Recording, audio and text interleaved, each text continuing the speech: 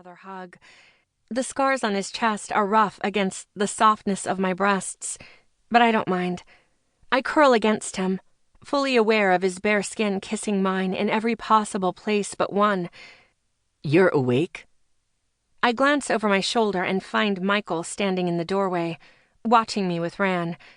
His expression is hooded in shadow, but I can see that he's shirtless, bringing up this sharp, sudden case of déjà vu when I think back to my first night on the bus.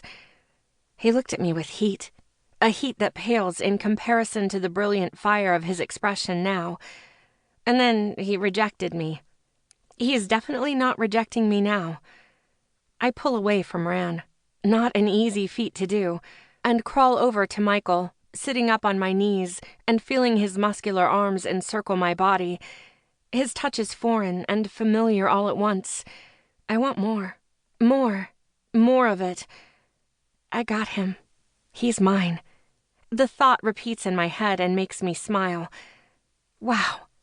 5 rock stars, all mine. I try not to think of how unusual our situation is, how unfair it might be to the boys, how fucking excited and shocked I am by the sudden turn of events. My life crashed to literal rock bottom last week. Last night I was afraid I was finally going to have to start living in the darkest part of that never-ending well.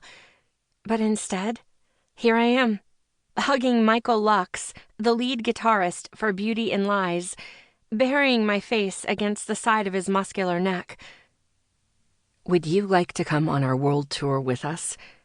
Derek Muser's words ring in my head as Michael's arms loosen and I glance over my shoulder to look for him, remembering that shattered, broken look on his face. Muse's story, when I finally get it, is going to break my heart in half. I'm already trying to prepare myself for the inevitable, but Muse isn't in the bed. It's just me and Ransom. "Everyone's in the living room," Michael explains as I unbend my naked legs and swing them over the edge of the bed, fishing around in the discarded pile of clothing for something to wear. I end up with Paxton's sweats and Copeland's t-shirt, standing up on the heated wood floors and glancing over my shoulder at Ransom. He's already got his hoodie on, hood thrown up, and is crawling down the bed toward me. The sight is enough to fire my brain on all its synapses, reminding me that just a few short hours ago, I was naked and tangled up with all 5 men.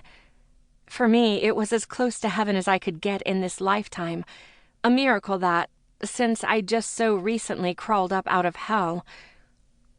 "It makes me want to go bloody fucking mad, knowing that twat's sitting right there on the other side of this glass," Pax is saying, when Michael slides the hall door open and we step into the kitchen. He pauses his rant to glance over at us, those sharp, cruel lips curling in a smile. "Miss Lilith Tempest Goode," he says, as I smile back at him, at the 2 boys on the couch. Muse is on his feet in an instant. "Tea?" he asks, pointing at me, his expression back to normal, but somehow oddly fragile, like whatever surge of emotions he experienced tonight cracked the careful, neutral shell around his heart. He pushes his glasses up his nose and pauses next to me, Cope rising to his feet behind him. "Tea would be great, thank you," I say, feeling awkward and silly all of a sudden. But good, too. Really good. I mean, here are these 5 young guys fawning over me like I'm something special. At the time, if you'd asked me, I never would have dared to think that I really was. Later, I'd get my confidence back, my strength.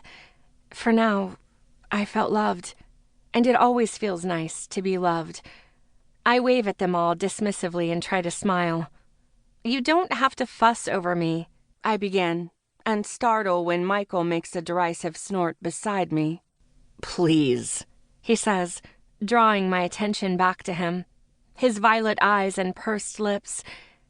"It gives these assholes purpose. Let 'em do it."